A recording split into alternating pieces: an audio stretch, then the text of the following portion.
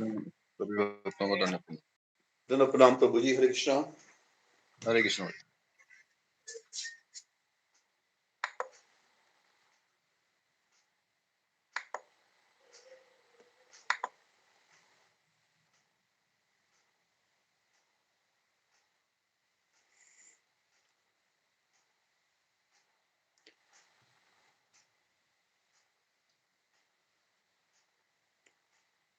अरुणा माता जी दंडवत प्रणाम। हरे कृष्णा।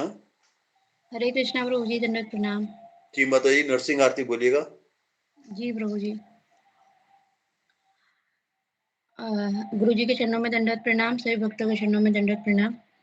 नमस्ते नरसिंहाय, नमस्ते नरसिंहाय, प्रहलाद लाद दायिनी, हिरण्यकश्यपु पूर्वक्षः, शीलटङ्क नखालाय, इत नरसिंह प्रतो नरसिंह, यतो यतो यामि ततो नरसिंह, बहिर्नरसिंह हृदय नरसिंह, नरसिंह आदि शरण मद, तव कर कमल वरे नाखा, अद्भुत श्रृंगार ललिता हिरण्यकश्यपु तनुभृंगा, केशवधृता नर हरि रूपा, जय जगदीश हरे, जय जगदीश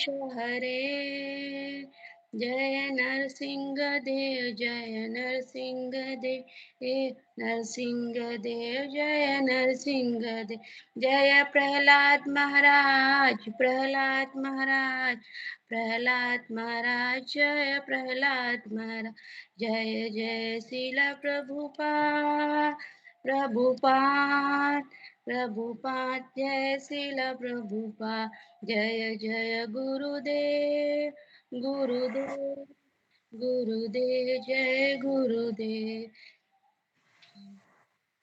सर्व विनाशक नरसिंह देव की जय।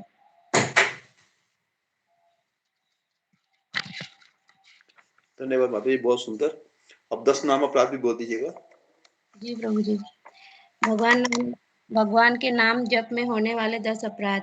भगवान नाम के प्रचार में संपूर्ण जीवन समर्पित करने वाले महाभक्तों की निंदा करना, जीव ब्रह्मा आदि देवों के नाम को भगवान नाम के समान अथवा उनसे स्वतंत्र समझना, गुरु की अवज्ञा करना अथवा उन्हें साधारण मनुष्य समझना। चौथा, वैदिक शास्त्रों अथवा प्रमाणों का खंडन करना। पांचवा, हरे कृष्ण महामंत्र के जप की महिमा को काल्पनिक समझना। छठा है पवित्र भगवान नाम में अर्थवाद का आरोप करना। सातवां है नाम के बल पर पाप करना। आठवां, हरे कृष्ण महामंत्र के जप को वेदों से वर्णित एक शुभ सकाम कर्म या कर्म कांड के समान समझना। नौवां, अश्रद्धालु व्यक्तियों को हरिनाम की महिमा का उपदेश करना। 10वां, भगवान नाम के जप में पूर्ण विश्वास न होना और इसकी इतनी अगाध महिमा श्रवण करने पर भी भौतिक आसक्ति बनाए रखना। भगवान नाम का जप करते समय पूर्ण रूप से सावधान न रहना भी अपराध है। प्रत्येक वैष्णव भक्त को चाहिए कि इन 10 प्रकार के अपराधों से सदा बचकर रहें ताकि श्री कृष्ण के चरण कमलों में प्रेम शीघ्रता सीख प्राप्त हो, जो मनुष्य जीवन का परम लक्ष्य है। हरे कृष्ण। धन्यवाद माता जी, धन्यवाद। और माता जी कल के बारे में भी बता दीजिएगा। जी प्रभु जी। कल के बारे में गुरु जी दंडवत प्रणाम, सभी भक्तों का चरणों में दंडवत प्रणाम। कल गुरु जी हमें अपने बताते हैं कि अपनी भक्ति को प्रेशर कुकर मत बनाइए। फिर गुरु जी शुरू करते हैं कि भक्त के जीवन में 2 चीजें हैं जो उसको करना पड़ता है। एक है उसकी सेवा, दूसरी साधना। यह उसकी तपस्या है, डेली उसे करना ही है। और हमारे ऊपर सत्संग की सेवा तथा सत्संग में 3 घंटे देना होता है और उसके साथ साथ घर की जिम्मेदारियां, नौकरी भी करनी होती है। तो इन सबको निभाते हुए हम बहुत ज़्यादा दबाव में आ जाते हैं क्योंकि हमारे पास 24 घंटा होता है और समय कम पड़ता है। 16 माला का भी प्रेशर होता है और अगर हम सुबह नहीं उठ पाते तो फिर 16 माला नहीं होती है क्योंकि वह भी जगह जगह पर एडजस्ट करना, उसको भी करना पड़ता है एडजस्ट। तो अगर हम अपनी आध्यात्मिक कोशिशों को हल्के में लेंगे तो हम आलसी बन जाएंगे। यह भी एक डर होता है। और अगर हम सब कुछ बहुत गंभीरता से लेंगे तो हमारा हालत एक प्रेशर कुकर की तरह बन जाती है। तो अगर हम उसको हल्के में लेंगे तो आलसी बन जाएंगे, या फिर गंभीरता से लेंगे तो प्रेशर कुकर बन जाएंगे, और जिसमें फटने का डर लगा रहता है। फिर गुरुजी पूछते हैं कि आप सब लोगों ने प्रेशर कुकर में खाना बनाया होगा। फिर गुरुजी बताते हैं कि सब लोगों ने बनाया ही होगा, और जब हमारे पास समय कम होता है तो हम प्रेशर कुकर का ही यूज करते हैं। फिर गुरुजी बोलते हैं कि जेंट्स लोग भी बनाए होंगे, लेकिन फिर गुरुजी बताते हैं कि प्रभुपाद जी कहते हैं कि हर एक जेंट्स को खाना बनाने आना चाहिए जो भक्त हैं। खाना बनाना यह सिर्फ लेडीज का ही काम नहीं होता है, पुरुष को भी यह सीखना चाहिए खाना बनाना। और फिर तो जब हम गैस को फिर गुरुजी बताते हैं कि कम से कम दाल चावल और सब्जी, ये 3 आइटम तो बनाने आना चाहिए पुरुष को। ये 15 दिन या 1 वीक में सीख सकते हैं। फिर गुरुजी आगे बताते हैं कि जब हम गैस को ऑन करते हैं तो प्रेशर बिल्डअप होने लगता है, क्योंकि उसका ढक्कन है वह बंद होता है और ढक्कन के ऊपर एक सीटी होता है। जैसे जैसे गैस ऑन किया रहता है, समय के प्रभाव से धीरे धीरे वह प्रेशर होता है और वह बिल्डअप होने लगता है, और उसी प्रेशर में खाना पकने लगता है अंदर का। और जब प्रेशर ज़्यादा हो जाता है तो ऊपर की सीटी आवाज़ करती है। ऐसे में 2 या 3 सीटी आती है, फिर कुकर बंद कर देते हैं। लेकिन अगर सीटी नहीं बजती है तो क्या होता है? फिर गुरुजी पूछते हैं कि फिर इस पर पूछते हैं कि कौन बताएगा कि सीटी नहीं बजे तो क्या होगा? फिर उसमें एक माताजी बोलती कि कुकर फट जाएगा। फिर गुरुजी बोलते हैं कि कुकर फटा ऐसा कभी सुना नहीं, लेकिन हाँ, ढक्कन उड़ जाता है। फिर गुरुजी हमें अब आगे बताते हैं कि हाँ, कि जब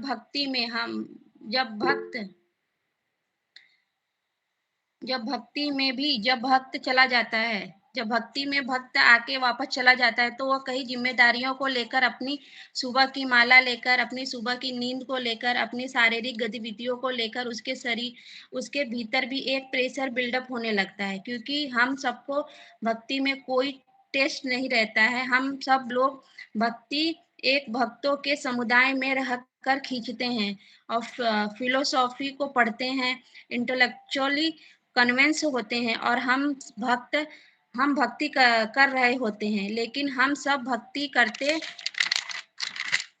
करते तो 16 माला होने के बाद कुछ जिम्मेदारियों को लेकर भी प्रेशर होता है, और इस तरीके से भक्ति की हालत भी कभी कभी एक प्रेशर कुकर की तरह हो जाता है। और जैसे भक्त एक प्रेशर कुकर की तरह फील करता है तो इसके 2 कारण होते हैं। कि एक भक्त होता है फिर जैसे कि एक भक्त होता है कि फिर वह सीटी मारने लगता है, क्योंकि वो हम सबको पता होता है कि जब प्रेशर कुकर में प्रेशर बिल्डअप होता है तो कुकर सीटी। फिर गुरुजी बताते हैं कि कितने लोग ने सीटी सुनी है, और वह लंबी चलती है। कभी-कभी जब सीटी ऊपर आती है तो वह थोड़े समय तक रुक जाती है, 30 सेकंड, 40 या 50 सेकंड तक चलती रहती है। तो मतलब क्या है? तो जब सीटी बजती है तो समय चलती रहती है। उसी प्रकार उस भक्त के जीवन में प्रेशर आता है तो फिर उसके मुंह से सीटी जनक मधुर शब्द निकलते हैं। तो गुरुजी हमें यह बताना चाहते हैं कि हमारे मुंह से कैसी वाणी, मतलब कैसा वर्ड निकलता है उस समय। फिर उससे आसपास के लोगों को परेशानी होने लगती है कि क्या हो रहा है इसके जीवन में, माला कर रहा है कि या मजाक कर रहा है सुबह सुबह उठ के। फिर फटने का डर लगा रहता है हमें, और फिर वह कर फट फट फटता सॉरी फटने का डर लगा रहता है उसे। वह अगर वह मान ले कि प्रेशर कुकर को अपने अंदर रोक है तो सीटी मारता नहीं है, क्योंकि वो सोचता है कि अगर सीटी मारने से घर में कलह होगा तो मेरा या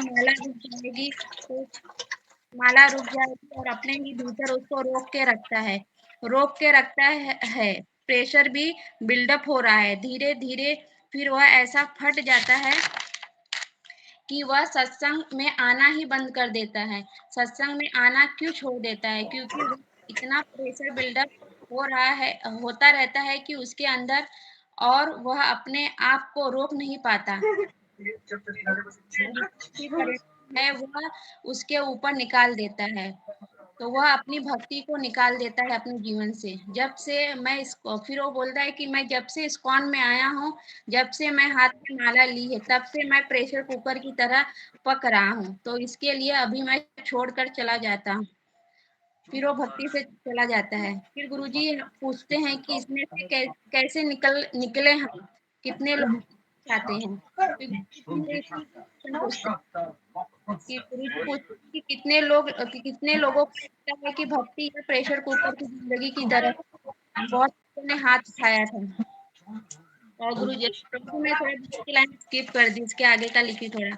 कि जब हम शुद्ध भक्तों के बारे में सुनते हैं, पहले तो हाँ, जब हम शुद्ध भक्तों के बारे में सुनते हैं, जैसे हम सुनते हैं कि जब हम शीला प्रभुपाद जी के बारे में सुनते हैं, तो हमें यह सुनाई देता है कि हमारे सारे आचार्य शीला प्रभुपाद जी 2 या 3 घंटे ही सोते हैं।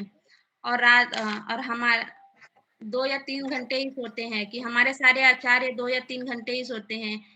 और फिर हम सोचते हैं कि हमारी अभी मेरे जीवन का लक्ष्य भी क्या है?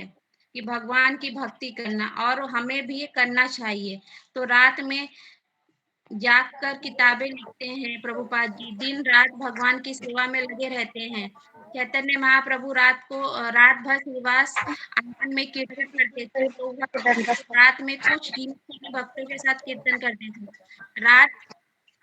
रात को और दिन में वह रात में गिने चुने भक्तों के साथ कीर्तन करते थे, और दिन में वह सबके साथ कीर्तन करते थे।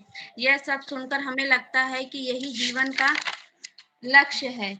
तो हम भी हमें भी चाहिए। तो हम अपने आप को अपने दायरे से ज्यादा खींचने लगते हैं। फिर हमारी कैपेसिटी कितनी होती है? हमारी कैपेसिटी सिर्फ 3 या 4 घंटा साधना करने की होती है, लेकिन हम सोचते हैं कि अभी मैं शीला प्रभुपाद जी की तरह बनना चाहती हूँ या बनना चाहता हूँ, और या फिर मैं रूप गोस्वामी या सनातन गोस्वामी जैसे अपने आप को तपा लूंगा।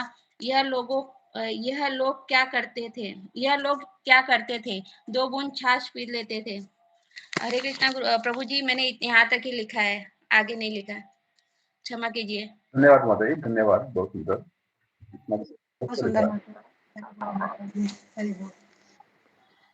हरे कृष्णा। प्रभु जी आपके चरणों में धन्यवाद। सभी भक्तों को धन्यवाद। हरे कृष्णा। सभी भक्तों को धन्यवाद प्रणाम। अशोक चावला प्रभु जी को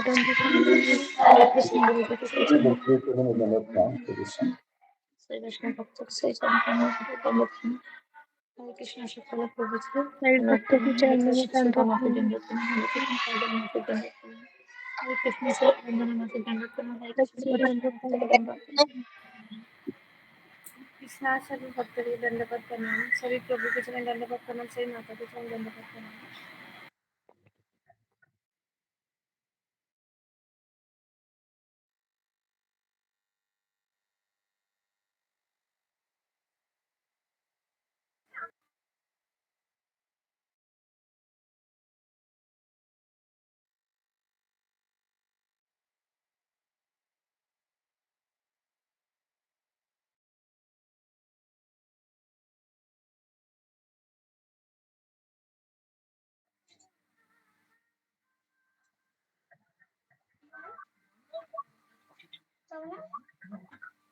कृपया अपने माइक का ध्यान रखिएगा।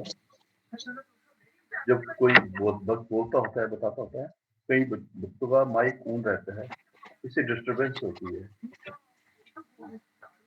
तो माइक ऑन रखिएगा, ऑफ रखिएगा, म्यूट रखिएगा, और कैमरा अपना ऑन रखिएगा गुरु जी आने में। धन्यवाद। गौतम प्रभु जी अपना माइक ऑफ कर लीजिएगा, म्यूट कर लीजिएगा।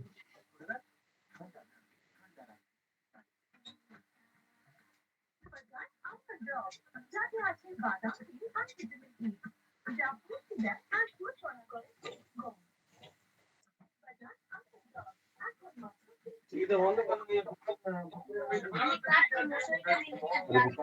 गौतम प्रभु हरे जी कृष्ण प्रभु दंडवत प्रणाम। हरे कृष्ण माता जी दंडवत प्रणाम। दंडवत प्रणाम कृष्ण छोटी भक्ति माता के जी चरणों कृष्णा प्रणाम मनाली माता जी दंडवत प्रणाम।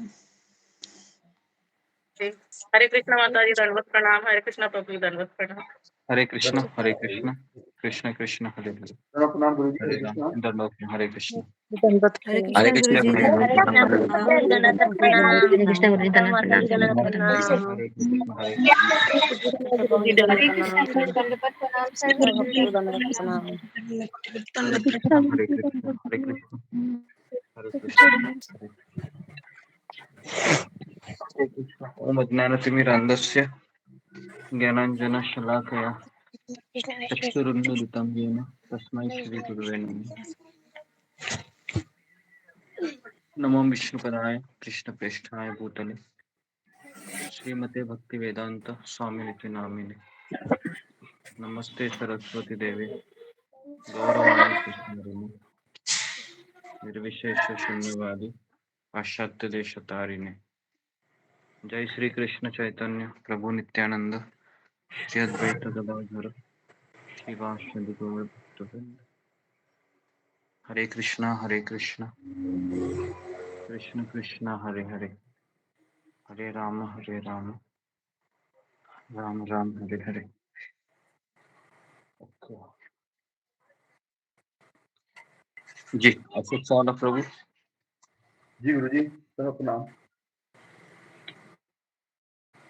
जी आदेश करें कुछ नहीं। आज हम भगवत गीता ने आज दूसरा चीज हम लेते हैं तो आज टॉपिक थोड़ा सा अलग रहेगा।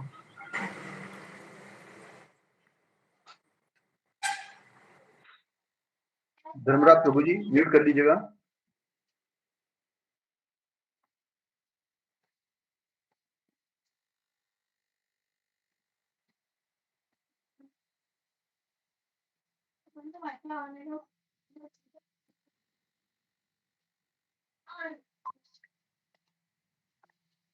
ओके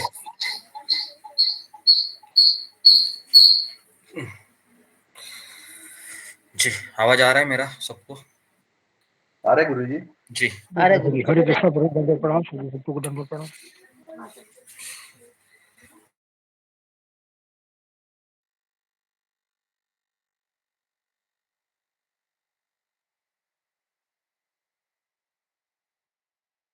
ओके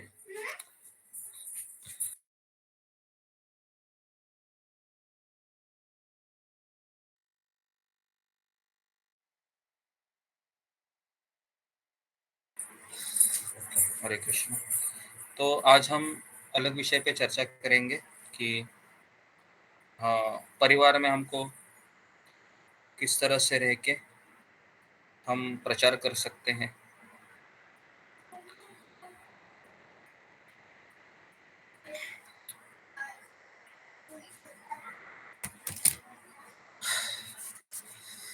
ओके मैंने प्रार्थना बोल दिया था क्या अशोक चावला प्रभु? जी जी गुरु जी बोलिए प्रभु जी। ओके ठीक है। तो जिस तरह किस तरह अपने परिवार में अपने पुत्र अपने परिवार को प्रीच करना चाहिए, तो ये बहुत बड़ा हमारे पास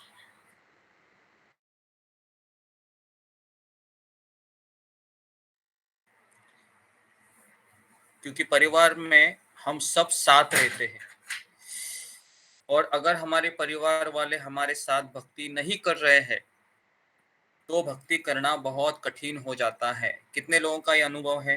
फिंगर को रेज कीजिए। अगर परिवार वाले हमारे साथ भक्ति नहीं करते हैं तो हमारे लिए भक्ति करना बहुत कठिन हो जाता है। सबको अनुभव है ये? जी तो अभी हम इसके ऊपर कुछ विचार हैं, एक्स्ट्रा विचार हैं आपके दिमाग में डालने का प्रयास करेंगे। और कितने लोग फिर जपा करते समय भी यही विचार मन में घूमते रहते हैं कि अगर मैं जप करती ही रही या जप करता रहा तो फिर पता नहीं आगे चल के क्या होगा। तो कभी कभी जपा में भी यही विचार प्रकट होते हैं। कितने लोगों के मन में ऐसा विचार आता है जपा में भी, कैसे तो जप कर रहे हैं हरे कृष्ण हरे कृष्ण हरे कृष्ण, और फिर मन में विचार भी आता है कि अभी मुझे उठना है, इतना समय हो गया है, एटसेट्रा एटसेट्रा। ओके, है ना, नहीं तो फिर समस्या गंभीर हो सकती है। तो मतलब जो डर है वह हमारे जपा में भी प्रकट होता है। ओके, तो इसके ऊपर आज हम कुछ विचार हैं आपके सामने रखते हैं। तो फिर झगड़े और परेशानियां होती है, हमारे जप को खराब कर सकता है ये सारी चीजें। ओके, तो हम अभी आपको एक कथा सुनाते हैं जो मैंने अभी आपको कही थी। तो आपको सबको पता है कि एक ब्राह्मण को धन कमाने की इच्छा हुई थी और उसने शिव जी की तपस्या की, और फिर वह शिव जी ने उसे सनातन गोस्वामी के पास जाने के लिए कहा, और वहाँ पर वह सनातन गोस्वामी से मिले। सनातन गोस्वामी ने उनको पारसमणि दिया, लेकिन फिर वो पारसमणि लेने के पश्चात उनके मन में ऐसा विचार आया कि कहीं तो सनातन गोस्वामी के पास पारसमणि से भी कोई सुंदर वस्तु रहेगी। तो फिर वह रुक गए और वापस गए, और फिर उन्होंने कहा कि मुझे आपसे बहुत सुंदर चीज चाहिए, क्योंकि मुझे ऐसा लगता है कि आपके पास वह सुंदर चीज है।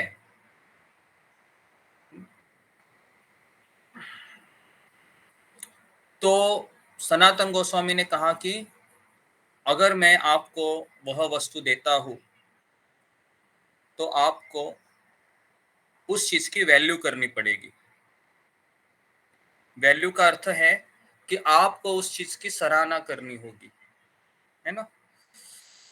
तो फिर हमारी अवस्था भी कुछ ऐसे ही है। हम अपने आसपास लोगों को साफ दिखाई देता है कि हमारी क्या वैल्यू है। तो माता पिता भी बहुत चिंता करते हैं कि हम अपने बच्चों को कैसे वैल्यू एजुकेशन दें। तो वैल्यू एजुकेशन का अर्थ है कि कैसे हम उनके ऊपर अच्छे संस्कार दें। तो वैल्यू एजुकेशन का मतलब ये है कि हम अपने बच्चों से पुरानी परंपराओं को फॉलो करवाएं। लेकिन इसका मतलब यह नहीं है कि बच्चे इसे माने, बल्कि बच्चे इन्हें समझे। तो कभी कभी हम बच्चों को भक्ति करने के लिए विवश करते हैं, लेकिन यहाँ पर बताया गया है कि हमें भगवान का जपा है या भगवान की जो गीता है उसको हमें अपने बच्चों को फॉलो करवाना है। तो आप उन्हें समझाइए। एक उदाहरण अभी मैं दे रहा हूँ। सब लोग अपने कैमरा को ऑन कीजिए और अच्छे से सुनिए, ये टॉपिक आपके लिए बहुत ज़रूरी है। ओके, नहीं तो आपको रिमूव किया जाएगा परमानेंटली। ओके, अगर आपका चेहरा नहीं है, दिख रहा है, तो चीज़ों को समझिए, जानिए। जब गीता क्लास रोज रोज होता है तो ऐसा लगता है कि कोई बात नहीं, हम कल सुनेंगे, परसों सुनेंगे, तो हम स्वयं उसकी वैल्यू नहीं करते हैं। तो फिर भगवान है हमारे जीवन में से ये बड़ी उपलब्धि है वो छीन लेते हैं। तो अगर सामने एक रस्सी पड़ी है, हाँ, उदाहरण देते हैं, अगर सामने एक रस्सी पड़ी है और हम उसे सांप समझकर डरेंगे तो इसका कोई फायदा नहीं। जिसे हम सांप समझ रहे हैं उसे रस्सी मानना नहीं है, उसे समझना है कि वो सांप नहीं है, वो रस्सी है। बच्चों की भी समझ आ गया है कि, है ना। तो हम जिसे सांप समझ रहे हैं उसे रस्सी नहीं मानना है। तो हमें उसको समझाना है कि जपा करना क्यों जरूरी है, जप करने से क्या फायदे होते हैं, जप क्यों करना चाहिए। भगवान के सामने हाथ क्यों जोड़ना चाहिए, है ना। तो वैल्यू एजुकेशन बहुत महत्वपूर्ण है, भले ही वह उस पर चल न पाए। मुझे याद है कि जब हम स्कूल में जाया करते थे, primary education school 4th standard में, तो आप सबको पता होगा कि सरकारी स्कूल में जब स्कूल जब भर्ती होती है, जब बेल बजती है, तो बेल बजने के पश्चात कुछ प्रार्थनाएं होती है कि नहीं होती है?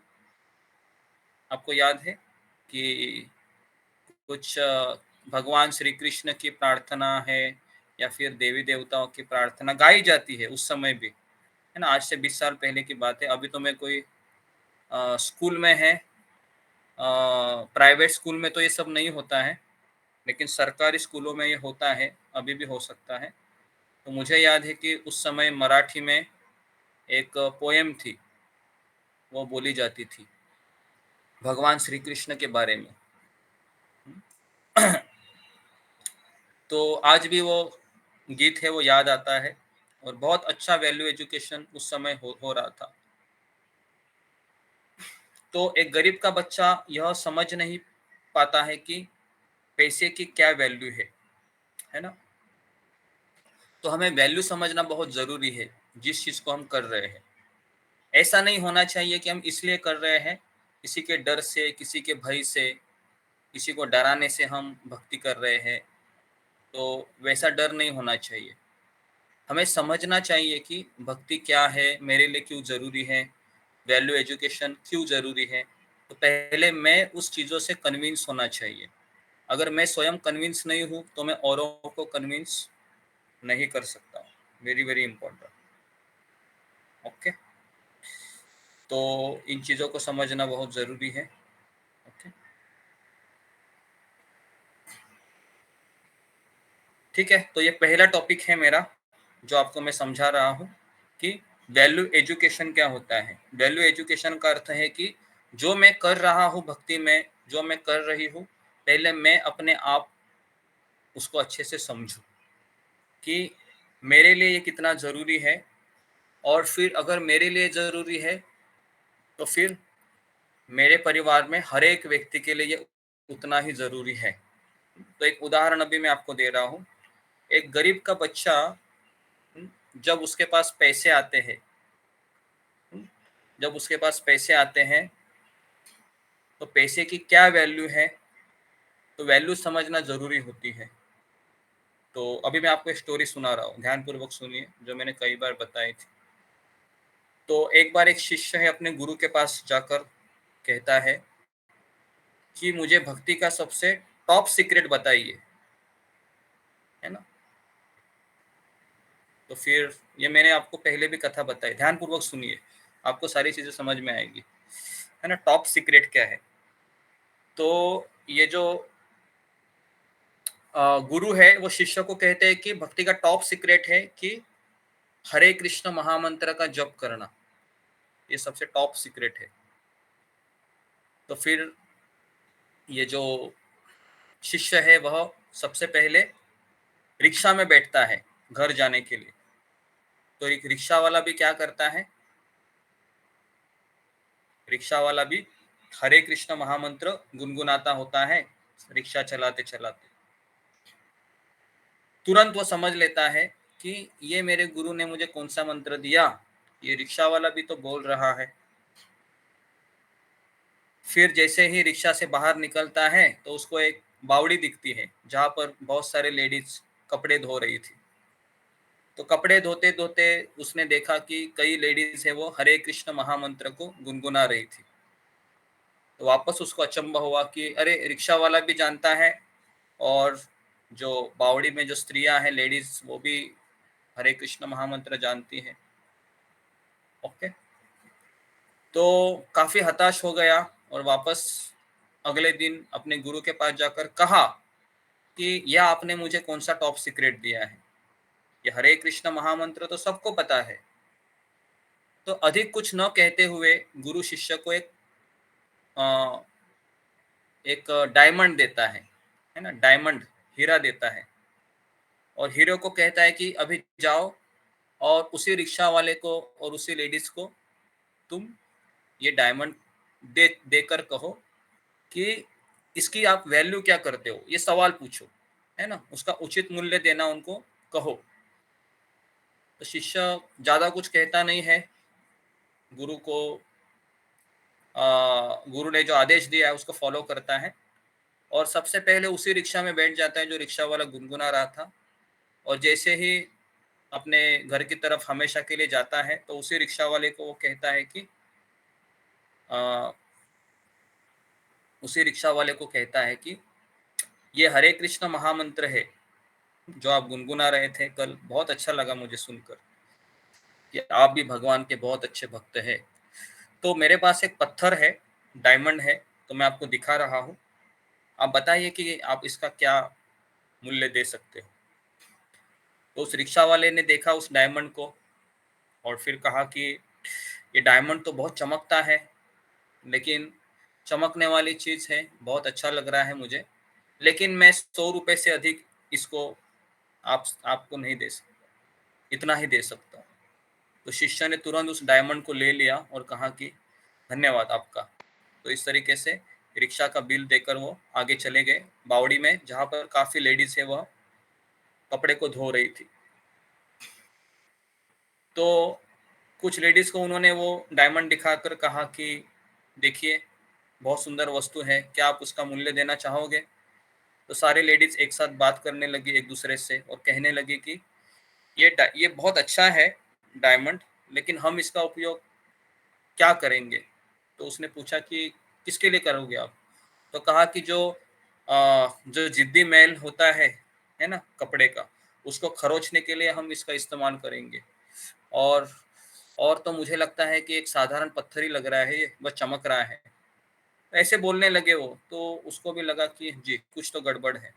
बहुत निराश होकर वो अपने गुरु के पास आकर कहता है कि गुरु महाराज की मैंने रिक्शा वाले से पूछा, उस औरत से भी पूछा जिसने हरे कृष्ण महामंत्र गा रहे थे, दोनों ने उसकी वैल्यू नहीं की। तो गुरुदेव उनको वही समझाए, देखो ये हरे कृष्ण महामंत्र है, ये रिक्शा वाला भी गुनगुना रहा था और जो बावड़ी की स्त्रियां है वो भी गुनगुना रही थी, लेकिन जितना वैल्यू तुम कर सकते हो उतना वैल्यू वो नहीं कर सकते। तो इसलिए ये टॉप सीक्रेट है। समझ में आ रहा है टॉप सीक्रेट कैसे है। यहाँ पर 60, 70, 80 लोग जो भी आते हैं सबको पता है हरे कृष्ण महामंत्र क्या है, लेकिन अगर आप उसकी वैल्यू नहीं करते हो तो फिर आप भी रिक्शा वाले हो और वो बावड़े की लेडीज में और आप में कोई फर्क नहीं। तो जब हम इसकी वैल्यू करेंगे, उस चीज को समझेंगे, जानेंगे, पहचानेंगे, तब जाके यही हरे कृष्ण महामंत्र हमें फायदा कराएगा हमारा, है ना। ठीक है, तो इसके लिए ये वैल्यू एजुकेशन इसलिए जरूरी है कि हम चीजों क्यों कर रहे हैं, किस लिए जरूरी है, ये हमको समझना चाहिए। तो हमारी अवस्था भी कुछ ऐसे ही है, हम अपने आसपास लोगों को साफ दिखाई देता है कि हमारी क्या वैल्यू है ना। तो हमेशा घर में ऐसा देखा गया है कि जब माता पिता बच्चों के एजुकेशन को देखते हैं तो उनमें एक चिंता होती रहती है कि मेरे बच्चे तो पढ़ रहे हैं लेकिन इनमें कोई संस्कार नहीं हो रहे हैं, ये हमें उल्टा जवाब देते हैं, हमारी बात नहीं मानते हैं, मोबाइल में घंटे लगे रहते हैं। तो कैसे करें जिससे हम परिवार को एक भक्तिमय वातावरण दें। तो ये बहुत बड़ी चिंता अभी समाज में सारे घर में सताती है कि एजुकेशन तो हो रहा है, बच्चे पढ़ रहे हैं, लेकिन कैसे हम इनको वैल्यू एजुकेशन दें। ओके, तो जी, तो प्रभुपाद जी अपने पिता की तरह, है ना, बहुत कृतज्ञता प्रकट करते हैं। शिल प्रभुपाद जी से हम शुरू करते हैं। शिल प्रभुपाद जी हमेशा कहते थे कि जब मैं सुबह उठता था तो मेरे पिताजी की घंटी सुनते सुनते जब वो अपने घर में राधा कृष्ण की पूजा कर रहे होते हैं तो वो घंटी बजाते थे, तो उस घंटी का आवाज सुनकर हम जग जाते थे उस समय, है ना। हम उस घंटी की आवाज सुनकर जग जाते थे। तो प्रभुपाद जी कहते हैं कि मैं अपने पिता की तरफ बहुत कृतज्ञता व्यक्त करता हूँ कि मेरे पिताजी ने मुझे सिखाया कि कैसे उन चीजों को वैल्यू देना चाहिए, और इसलिए मैं अपने पिताजी गौर मोहन डे के प्रति बहुत कृतज्ञता अर्पित करता हूँ। और इसलिए वो जो किताब है, कृष्णा किताब है ना, प्रभुपाद जी ने लिखा हुआ, वो कृष्णा किताब प्रभुपाद जी किनको समर्पित करते हैं पता है? वो अपने पिताजी को समर्पित करते हैं, पता है? अगर आप देखिए कृष्णा किताब का एक ओपनिंग में ही आपको दिखेगा, प्रभुपाद जी लिखते हैं कि मेरे पिताजी को मैं डेडिकेट करता हूँ उस किताब को। तो प्रभुपाद जी हमेशा अपने पिता की तरफ, क्योंकि पिताजी ने सिखाया था कि किस चीज को वैल्यू करना चाहिए और किस चीज को नहीं, है ना। तो प्रभुपाद की जब शादी हो गई तो आपको याद होगा लीलामृत में हमने पढ़ा था, प्रभुपाद अपने पिता के पास आकर कहते हैं कि मुझे मेरी पत्नी अच्छी नहीं लगती है। तो प्रभुपाद जी के पिताजी प्रभुपाद को समझाते हैं कि भक्ति में पत्नी अच्छी नहीं लगना ये बहुत अच्छा है, तो उसकी तुम वैल्यू करो, भक्ति की वैल्यू करो तुम, है ना। तो प्रभुपाद जी के पिता ने प्रभुपाद जी के ऊपर बहुत अच्छे अच्छे संस्कार किए, है ना। और इस तरीके से शिल प्रभुपाद हमेशा कहा करते थे कि भक्ति के बीज है ये मेरे पिताजी से मुझे प्राप्त हुए, और फिर मेरे गुरु ने उसको बढ़ाने के लिए मेरी सहायता की, है ना। तो इस तरीके से शिल प्रभुपाद जी भक्ति से इंस्पायर हुए, है ना। एक कहावत है, our action speak louder than our words, है ना। तो इसके लिए जो वैल्यू है, वैल्यू स्पीक द लाउडेस्ट, जो वैल्यू होता है ना वो बहुत ज़्यादा बोलती है। अगर हमारे भीतर कुछ वैल्यू है तो लोग हमारे संपर्क में आने से ही बहुत प्रभावित होंगे, है ना। और अगर हम बोलते रहेंगे कुछ करेंगे नहीं, तो लोगों को पता चलता है कि ये बोलने वाला व्यक्ति है, अपने जीवन में कुछ करता नहीं। तो इसके लिए सबसे पहले है, ये जो एक सेमिनार है वही मैं आपको सुना रहा हूँ, ये मेरा कोई अपना ज़्यादा कुछ नहीं है, लेकिन बीच बीच में जब मुझे कुछ चीज़ें लगती है कि इसमें एलोबरेट करना चाहिए तो मैं कर रहा हूँ। ओके, तो यह समझ सकते हैं कि हम भक्ति दिखावे के लिए नहीं कर रहे हैं, वेरी वेरी इंपॉर्टेंट। हम सभी लोग भक्ति दिखावे के लिए नहीं कर रहे हैं, हम यहाँ पर कृष्ण को प्रसन्न करने के लिए भक्ति कर रहे हैं। कभी हमें भक्ति दिखावे के लिए नहीं करनी चाहिए कि लोग मेरे बारे में क्या सोचेंगे अगर मैं अच्छे से माला नहीं करूँगा, नहीं करूँगी, तो ये प्रेशर हमें गलत जगह पर ले जा सकता है।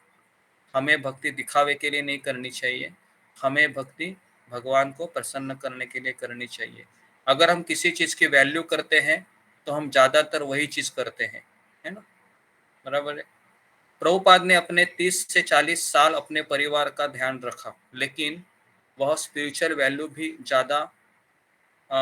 ज़्यादा इम्पोर्टेंट देते थे। आपको याद होगा जब जब शिला प्रभुपाद जी अपने पत्नी के साथ रहते थे तो हमेशा अपने पत्नी को कहते थे, जब वो इलाहाबाद में दीक्षा लिए तो अपने पत्नी को कहे कि चलो हम दोनों भी जाएंगे, आज गौड़िया मठ के सन्यासी आए हैं तो कल मेरा दीक्षा होने वाला है, तो तुम भी एक अच्छे परिवार से आई हो, तुम भी प्याज लहसुन नहीं खा रही हो, तो क्यों नहीं तुम दीक्षा लेती हो, चलो मेरे साथ, कल हमको जाना है। तो उसने क्या कहा कि मैं दीक्षा नहीं ले सकती, क्योंकि दीक्षा लेने के लिए एक चीज छोड़ना पड़ेगा। क्या छोड़ना पड़ेगा? तो वो है चाय कॉफी, है ना, बराबर है, चाय कॉफी छोड़ना पड़ेगा। तो फिर जो पत्नी थी प्रभुपाद को जोर से, है ना, झगड़ा होता है। अगर आपको एपिसोड देखना है तो अभय चरण करके एक सीरियल है, कितने आप में से लोग अभय चरण सीरियल को सुने हैं? फिंगर को रेज कीजिए। अभय चरण जो भक्ति चारू महाराज ने उसके एपिसोड बनाया है ना, आप सुनिए उसको। कभी कभी खाना खाते समय आप जो टीवी लगाते हैं ना, कभी कभी घर में टीवी चलता है 7 बजे के बाद, उससे अच्छा है कि परिवार वाले सारे लोग अभय चरण वो एपिसोड देखते रहिएगा। तो उसमें शिलो प्रभुपाद जी अपने पत्नी को बहुत झगड़ा हो जाता है, कहते हैं कि तुम हमेशा अपने चाय और कॉफ़ी के बीच में ही नशे में धुत रहती हो, प्रभुपाद जी बहुत चिल्लाते हैं उसको, और उसके बाद फिर कहते हैं कि तुम अपनी मनमानी करती रहो, मैं जा रहा हूँ। तो प्रभुपाद जी कभी अपने पत्नी के साथ ज्यादा समय नहीं रहे, प्रभुपाद जी हमेशा बाहर ही रहते थे। और तो इस तरीके से प्रभुपाद जी ने हमेशा अपने जीवन में स्पिरिचुअल वैल्यू को ज्यादा इंपॉर्टेंट दिया। ओके, भक्तिविनोद ठाकुर ने एक मैजिस्ट्रेट की तरह काम किया, लेकिन वह अपनी स्पिरिचुअल लाइफ को ज्यादा वैल्यू देते थे। तो भक्तिविनोद ठाकुर, आपको पता होगा कि स्वयं इतने बड़े जज थे वो, लेकिन जैसे ही घर में आते थे वह सारा चीज, वो जज का सारा चीज छोड़कर वह अपना भक्ति में लग जाते थे। प्रभुपाद जी के टच में भी जो भी आया उसने भी वो इंस्पायर हुआ, हालांकि उनके परिवार वालों पर ज्यादा असर नहीं हुआ। अगर कोई भक्त है वह सभी भक्ति के कार्य कर रहा है, लेकिन एक अहंकार के साथ करता है या अपनी झूठी इमेज बनाना चाहता है, तो उसको देखने वाला पर कोई पॉजिटिव इम्पैक्ट नहीं होता है। तो हमारे परिवार वाले भी उसको मिसअंडरस्टैंडिंग करते हैं। तो हमारी भक्ति है किसी को दिखाने के लिए, दिखावे के लिए नहीं होनी चाहिए, है ना। तो परिवार में मिसअंडरस्टैंडिंग बहुत बहुत ज्यादा होती है ना। तो कभी कभी हम देखते हैं कि मिसअंडरस्टैंडिंग होते हैं, लेकिन प्रभु जी यहाँ पर लिखते हैं कि वो मिसअंडरस्टैंडिंग नहीं होता है, वो डिसएग्रीमेंट होता है, और ईगो क्लैश होती है दोनों में। डिसएग्रीमेंट मतलब मुझे इनकी बातें अच्छी नहीं लगती है, ठीक है, तो इसके लिए मैं अपना रास्ता खुद चुनूंगा। तो आप में से कितने लोगों के परिवार में ऐसा होता है भक्ति को लेके कि मुझे भक्ति करनी है, मैंने मेरा रास्ता चुन लिया है और मुझे इसी रास्ते से चलना है, लेकिन हमारे साथ के जो लोग रहते हैं वो बोलते हैं कि नहीं, तुम ऐसा नहीं कर सकते हो, है ना। और फिर डिसएग्रीमेंट होता है और ईगो क्लैश होता है, ऐसा होता है। तो ऐसा बहुत ज्यादा होता है ना, डिसएग्रीमेंट कि ये हमेशा तुम्हारा ये क्या कृष्ण कृष्ण कृष्ण कृष्ण रखा है ना। तो इस तरीके से होता है।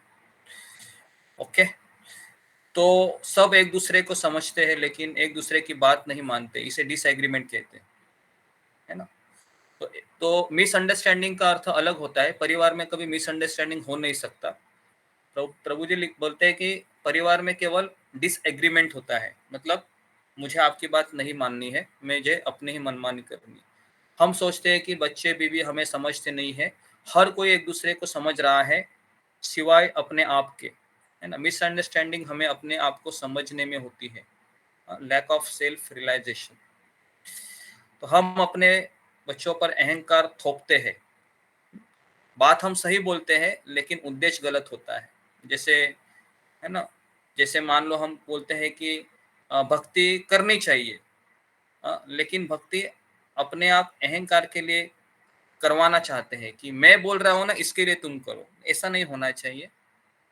कभी भी भक्ति है, हम किसी के ऊपर ठोस नहीं सकते।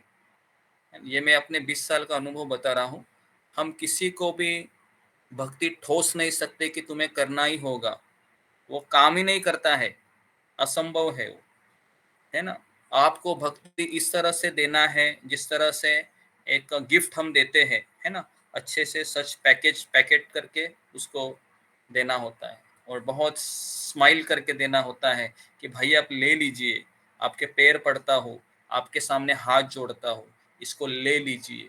यहाँ तक हमको जाना पड़ता है, तब जाकर वो उसकी वैल्यू करता है कि ये मेरे लिए इतना क्यों दे रहा है, कुछ तो है इसमें, है ना। तो अगर हम परिवार में हम अपना अहंकार को बढ़ाने के लिए बोलते हैं कि तुम क्यों नहीं कर रहे हो, मैं कर रहा हूँ तो तुम्हें भी करना चाहिए, तो फिर वो डर के भी करेगा या डर के भी करेगी, तो 2 माला 4 माला कैसे तो करेगा या करेगी, बाद में छोड़ देगा, है ना, और फिर इसी के ऊपर कलह होते रहेगा।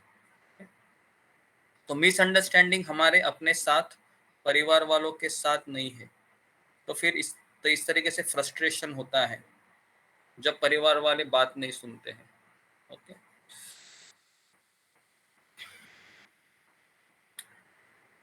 ओके, तो अगर हम में परिपक्वता होगी तो फ्रस्ट्रेशन को अपने अंदर आप दबा लेंगे, है ना। दुखी, भले हम दुखी और परेशान रहेंगे, लेकिन हम दूसरों के ऊपर भक्ति पोसना नहीं चाहिए, है ना।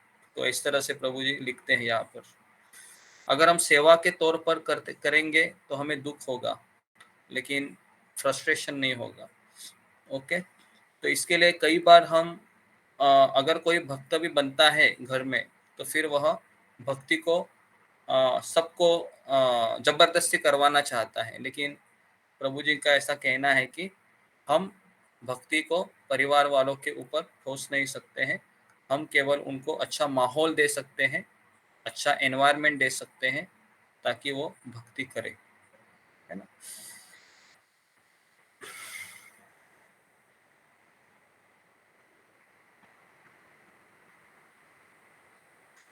तो कभी कभी परिवार वाले होते हैं, हमारे रास्ते को अपना नहीं पाते हैं, क्योंकि हम खुद उसकी वैल्यू नहीं करते हैं। तो कभी कभी हम जपा करते हैं, आप में से कितने लोगों का ऐसा होता है, जपा करने के बाद कहीं पर भी बिड बैग रख देते हैं और फिर सुबह उसको ढूंढते रहते हैं कि यहाँ पर तो रखी थी लेकिन मिल नहीं रही है। ऐसे उसमें 5 मिनट 10 मिनट जाता है। कितने लोगों का ये अनुभव है?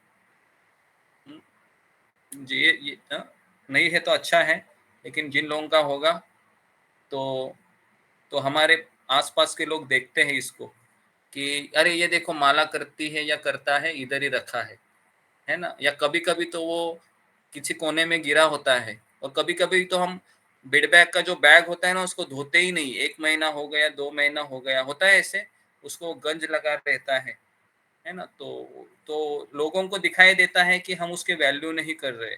तो सब लोग है, अपनी अपनी बिड बैग है, एक एक हफ्ते में ना धुलाई करना चाहिए। हाँ, कितने लोग करते हैं इसको, धुलाई भी? कम से कम 1 हफ्ते में, जब वो गंदा होता है तो, है ना। तो करना चाहिए इन चीजों को।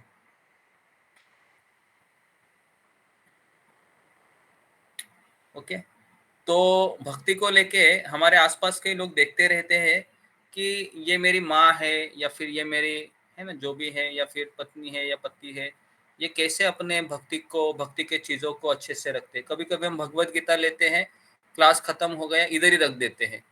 तो क्या लगता है आपको, घर वाले इसको देख नहीं रहे? घर वाले देखते हैं इसको, अरे ये देखो भगवत गीता इसने कैसा रखा है, इसे इधर ही है, और इधर कल तक ऐसे ही पड़ी रहेगी, यहाँ पर पड़े रहेगा। तो फिर आसपास के लोग देखते हैं, अरे ये भक्ति की वैल्यू ही नहीं कर रही है, ये वैल्यू ही नहीं कर रहा है, चीजों को ठीक से रख नहीं रहा है, ऐसे पड़े रहती है भगवत गीता भी, माला भी कहीं पर पड़ा रहता है। तो ये क्या है? समझ में आ रहा है मैं क्या आपको बताने जा रहा हूँ? अगर हम इसकी वैल्यू नहीं करेंगे तो हम परिवार वाले इसको ठीक से देखेंगे ही नहीं, समझेंगे नहीं। ये क्या, मेरी माँ है, इसको तो बस केवल, है ना, बस केवल अपने सत्संग में मोबाइल में लगा रहता है या लगी रहती है। तो फिर यही कंक्लूजन निकलता है ना। और बच्चे भी बहुत स्मार्ट होते हैं, आप ऐसा मत समझिए कि बच्चों को कुछ समझ में नहीं आता है। हम जब बहुत जोर से चिल्लाकर उनको बोलते हैं तो उनको समझ में आता है कि ये व्यक्ति तो मेरे ऊपर अपने विचारों को ठोस रहा है, केवल हमको समझा नहीं रहा है। तो इसके लिए चिल्लम चिल्ली करना बंद कीजिए आप, है ना। कहीं पर भी ले लो, भक्ति को लेके ही नहीं, किसी भी चीज में आप चिल्लाओ मत किसी के ऊपर। चिल्लाने से कुछ नहीं होता है ना। परम पूज्य राधानाथ स्वामी महाराज एक उदाहरण देते हैं कि उनके पास एक बैल था, याद है आपको, जब वह न्यू वृंदावन में सेवा कर रहे थे।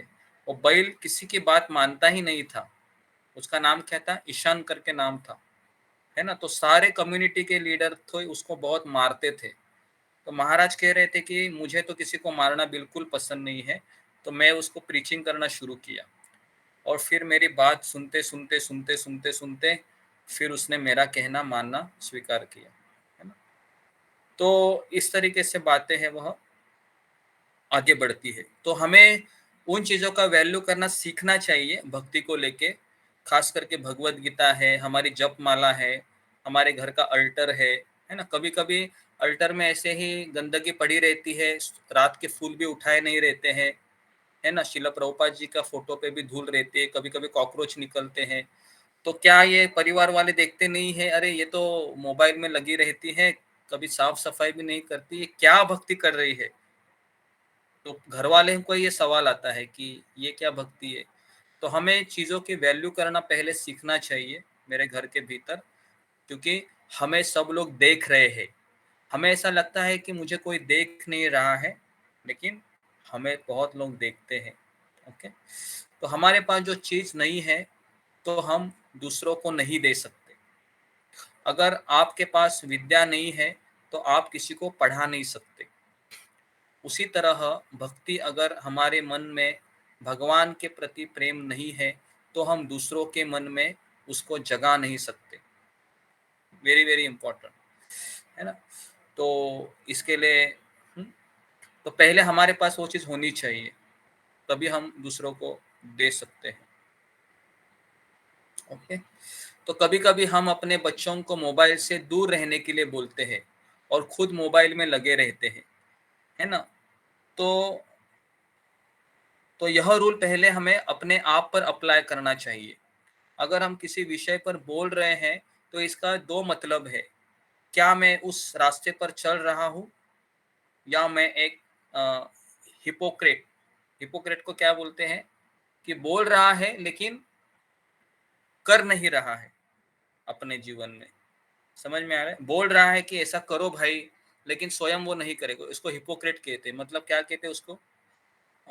हिंदी में है कि एक पाखंडी पाखंडी पाखंडी। जी, पाखंडी शब्द है। तो एक तो मैं उस रास्ते पर चल रहा हूँ, इसके लिए मैं लोगों को बता रहा हूँ, है ना। जैसे एक भागवत कथाकार था, भागवत कथा में बोल रहा था कि प्याज लहसुन नहीं खाना चाहिए, है ना, जोर जोर से भाषण दे रहा था। और गलती से क्या हुआ, उस भागवत कक्षा में उसकी पत्नी भी बैठ गई उस दिन, है ना। तो पत्नी ने भी प्रवचन सुना कि उसको लगा कि मेरा पति बहुत अच्छा प्रवचन देता है। तो जब उसने कहा कि प्याज लहसुन इस्तेमाल नहीं करना चाहिए, तो उसको खाना पका कर आई थी, तुरंत वो फास्ट चली गई और सारा खाना उसने क्या किया, फेंक दिया और नया खाना बनाया जिसमें उसने प्याज लहसुन नहीं डाला। और जैसे ये पति जी भागवत कथा करके जब घर चले जाते हैं तो अपने पत्नी को कहते हैं कि आज का ये खाना इतना फीका फीका क्यों लग रहा है। तो क्या बोलती है, अरे आज मुझे समय था तो मैं आपकी कथा में बैठी थी, बहुत अच्छा प्रवचन करते आप तो, और आपने ये भी बताया कि प्याज लहसुन नहीं खाना चाहिए, और मैंने सब कुछ सुन लिया आपका, और मैं एकदम दौड़ दौड़ कर आ गई, पता है सारा खाना मैंने फेंक दिया, वो देखो उधर कचरे के डिब्बे में। तो वो देख के तो उसका और माथा घूम गया। तो बोलता है कि फिर क्या किया तुमने? तो बोलते हैं कि आज मैंने ऐसा सब्जी बनाया है बिना प्याज लहसुन का। तो कह रहे थे लगी रहा है कुछ टेस्टी नहीं है।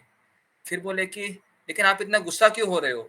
तो गुस्सा होने हो तो क्या हो, वो तो प्रवचन उनके लिए होता है, तुम्हारे लिए थोड़ी प्रवचन था वो, तुम आई क्यों वहां पर? चलो फटाफट अभी प्याज लहसुन का तड़का दे दो और डाल दो और जल्दी जल्दी लाओ, है ना। तो जी, तो इसमें क्या समझ में आता है हमके? तो वही चीज हो जाती है फिर कि मैं उस रास्ते पर नहीं चल रहा हूँ तो मैं एक पाखंडी की तरह फिर व्यवहार कर रहा हूँ। तो ये चीज है ना, हमारे घर के लोग अच्छे से जानते हैं कि ये भक्ति के नाम पे कुछ और ही कर रहा है या और ही हो रहा है, या अपने अहंकार को वह अहंकार को पानी दे रही है, एक तरीके से उसको बड़ा कर रहा है या बड़ा कर रही है। तो बहुत चीजें ये समझने आनी चाहिए कि हमें पाखंड नहीं करना चाहिए, तो हमें वैल्यू को समझना चाहिए। फॉलो अगर मैं नहीं कर पा रहा हूँ तो मैं हम्बल बन जाऊंगा। प्रभु जी बोलते अगर मुझसे फॉलो नहीं हो रहा है तो मैं विनम्र होऊंगा। मैं ये नहीं कहूंगा कि चलो भाई ऐसा ही होना चाहिए, है ना। तो इसके लिए सबसे अच्छा है कि अगर आप घर के परिवार को अच्छे से रखना चाहते हो तो सबसे पहले वो एंड्रॉयड मोबाइल है ना, वो आप बच्चों के सामने बिल्कुल मत ले लीजिए, है ना। एक दो मोबाइल आप इस्तेमाल कीजिए। एक डब्बे का मोबाइल होता है, पता है, कॉल रिसीव करने के लिए डब्बा मोबाइल पहले आता था, 1500 1000 रुपए में अभी आता है ना, उसको इस्तेमाल कीजिए, है ना। तो उससे क्या होगा, उससे फिर पाखंडी नहीं हम बनेंगे। क्योंकि कई बार हम चिल्लाते हैं बच्चों को कि अरे मोबाइल क्यों ले लिया वापस, और हम क्या करते हैं, मोबाइल में लगे रहते हैं। तो एक गरीब पिता पैसे की वैल्यू समझता है पर कमा नहीं पा रहा है, अपने बच्चे की एक अच्छी जिंदगी दे नहीं पा रहा है। अगर हमारे अंदर विनम्रता भी नहीं और हम फॉलो भी नहीं कर रहे हैं तो इसका मतलब है हम झूठे हैं। हम प्रचार तो कर रहे हैं लेकिन हम फॉलो नहीं कर पा रहे हैं, तो हमारे अंदर विनम्रता होनी चाहिए, लेकिन हम फॉल्स ईगो के साथ सारी चीजें कर रहे हैं। हम सिर्फ अपने ज्ञान से दूसरों को इम्प्रेस करना चाहते हैं, प्रभु जी लिखते हैं। तो कोई गरीब व्यक्ति अहंकार के साथ नहीं बोलेगा पैसे के बारे में, वह दीनता के साथ बोलेगा। तो जो चीज मेरे पास नहीं है और अगर मैं मुझसे फॉलो नहीं हो रहा है, तो मैं विनम्र बनूंगा, क्योंकि मेरे में उतनी शक्ति नहीं है कि मैं उसको फॉलो करूं। लेकिन फॉलो भी नहीं हो रहा है और मैं उसके ऊपर रोक झाड़ रहा हूँ कि ऐसा ही होना चाहिए, तो कहीं ना कहीं फिर चीजें गलत रास्ते पर चली जाती हैं। तो हम भक्ति नहीं कर पा रहे हैं और हम बीबी बच्चों को प्रचार कर रहे हैं, तो उन्हें समझ में आता है कि ये फॉल्स ईगो पर काम हो रहा है। माँ बाप का फर्ज है कि वह बच्चों को अच्छा वातावरण दे, उन्हें स्कूल, फ्रेंड और सोसाइटी से गलत चीजों की तरफ खींचने की कोशिश की जा रही है ना। जब भी हमारे बच्चे स्कूल में जाते हैं तो क्या लगता है, वहां पर लोग उनको क्या अच्छी चीजें बोल रहे हैं, फ्रेंड वाले? नहीं, सारा स्कूल कॉलेज का माहौल इतना खराब है, आप पूछो मत क्या क्या बातें होती है ना। हमारे इस समय में बहुत गलत गलत बातें होती थी, आज से 20 साल पहले। अभी तो कितना स्टैंडर्ड गिरा हुआ होगा, है ना। तो ऐसे वातावरण में वो रहते हैं 6-6 घंटा, फ्रेंड सर्कल में जाते हैं, सोसाइटी में जाते हैं, गलत चीजें उनको हमेशा गलत चीजों की तरफ वो खींचे रहते हैं। और इसके बाद अगर पेरेंट भी में भी डिसएग्रीमेंट होगा तो उन्हें बहुत तकलीफ होती है। वो सोचते हैं कि मैं कहाँ जाऊँ अभी। एक परिवार में बच्चों ने सोचा कि चॉकलेट छोड़नी चाहिए, है ना। तो माँ ने भी छोड़ दिया, लेकिन पिताजी नहीं छोड़ पाए, है ना। तो फिर एक दिन, है ना, बच्चों को उपहार में चॉकलेट मिला था, डेयरी मिल्क। तो बच्चों ने चॉकलेट नहीं खाई क्योंकि उन्होंने छोड़ दिया था, क्योंकि सबने संकल्प किया था हम चॉकलेट नहीं खाएंगे। लेकिन पिता ने खा लिया। तो बच्चों ने देखा कि अरे, माँ तो नहीं खा रही लेकिन पिताजी खा रहे हैं। तो जैसे ही देखा बच्चों ने कि पिताजी खा रहे हैं, तो यह देखकर बच्चों के अंदर भी फ्रस्ट्रेशन आ गया और फिर उन्होंने भी चॉकलेट खाना शुरू कर दिया। तो इसलिए बच्चा भक्ति कर रहा है, लेकिन परिवार वाले उस भक्ति की वैल्यू नहीं करते हैं, तो फिर वो भी भक्ति कुछ समय के बाद छोड़ देंगे। ओके, तो ऐसा मत समझिए कि अगर किसी ने माला हाथ में पकड़ लिया तो फिर वो माला करते ही रहेगा, ऐसा नहीं होता है। अगर कोई व्यक्ति माला कर रहा है, किसी से प्रेरित होकर कर रहा है, वो उस व्यक्ति को देखते देखते वह माला उठा रहा है, और जैसे उस व्यक्ति ने माला छोड़ दिया तो फिर वो भी माला छोड़ देता है। तो इसके लिए हम भक्ति कर रहे हैं तो उन चीजों की हमको वैल्यू करनी चाहिए कि मैं क्यों कर रहा हूँ, किसके लिए कर रहा हूँ, इससे मेरा क्या होगा, है ना। तो बहुत चीजें मैटर करती है भक्ति में। ऐसा मत सोचिए कि बस मैंने हाथ में माला लिया और हो गया, नहीं, है ना। तो ओके, तो इस तरीके से आगे प्रभु जी बोलते हैं,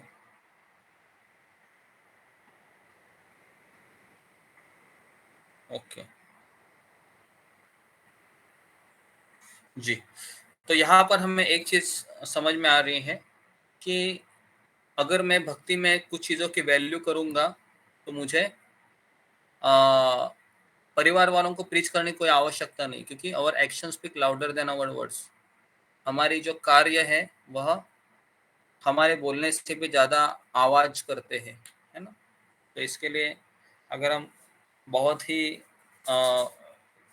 वैल्यू एजुकेशन के साथ अगर हम भक्ति करेंगे, चीज़ों को समझेंगे, अपनी मालाओं का रिस्पेक्ट करेंगे, अपने बेड़बैग को धोते रहेंगे, भगवत गीता को सही जगह पर रखेंगे, भगवान के विग्रह की अच्छे से पूजा करेंगे, सेवा करेंगे, है ना, हल्के आवाज से बात करेंगे, तो फिर इन चीज़ों को देखते देखते आसपास के लोग आसानी से बदल जाते हैं। लेकिन अगर हम भक्ति को ठोस देंगे, अहंकार से बात करेंगे, तो सामने वाला व्यक्ति भक्ति मान लो डर से लेगा भी, लेकिन जब उनको मौका मिलेगा ना, वो छोड़ देंगे। तो इसके लिए हमें ये चीज़ें समझना चाहिए कि कहाँ पर गलत हो रहा है, क्यों गलत हो रहा है। ओके, तो यहाँ पर मैं रुकता हूँ। किसी कुछ प्रश्न है तो आप पूछ सकते हो।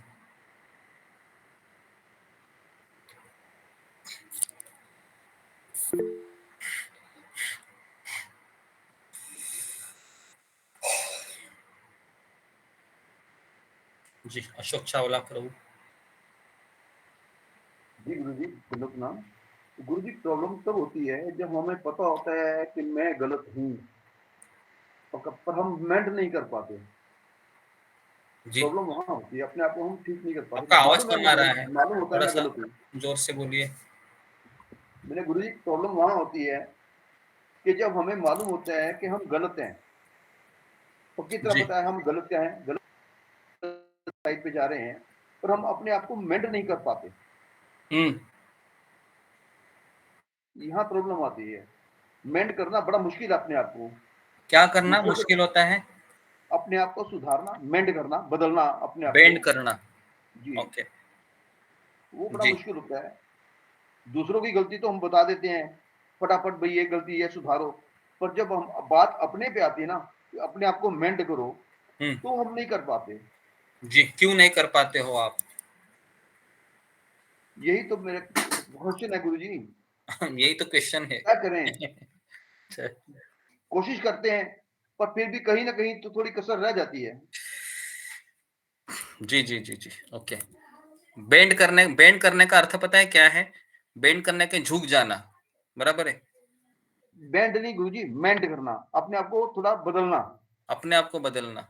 मेंट करना। ओके, अपने आप को बदल नहीं पाते हो, ऐसा बोल रहे हो आप? ठीक है जी। तो अभी आपने सुना, पूरा लेक्चर सुना होगा आपने। तो गलती कहाँ पर होती है? तो गलती का मेन कारण क्या है? आपने जरा अंदाजा लगाया लेक्चर में, अशोक चावला प्रभु जी गुरु बताइए। जी, अपने अंदर का अहंकार ही है गलती का मतलब। हम अपने आप को तो नहीं मेंट बदलते, भाई मैं नहीं करूं दूसरा करे। मेन बात यहाँ होती है।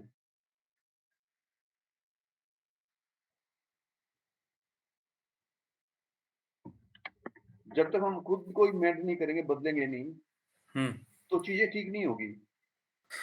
जी जी तो तो क्या अपने आप को मेंट करना, अपने आप को बदलना बहुत मुश्किल है। बहुत मुश्किल है? जी गुरु मुझे जी। तो नहीं लगता है। कैसे मुश्किल है, बताओ, कोई एग्जांपल दे दो। कहाँ मुश्किल जा रहा है आपको बदलना? क्योंकि आदमी अपने आप की तरफ देखता ही नहीं ना गुरु जी। सबसे पहला कारण तो है अपने आप, अपनी तरफ देखता ही नहीं है आदमी। ओके, मैं तो आपको देख रहा हूँ। आप तो देख रहे हैं ना, पर मैं नहीं देख रहा ना अपने आप को।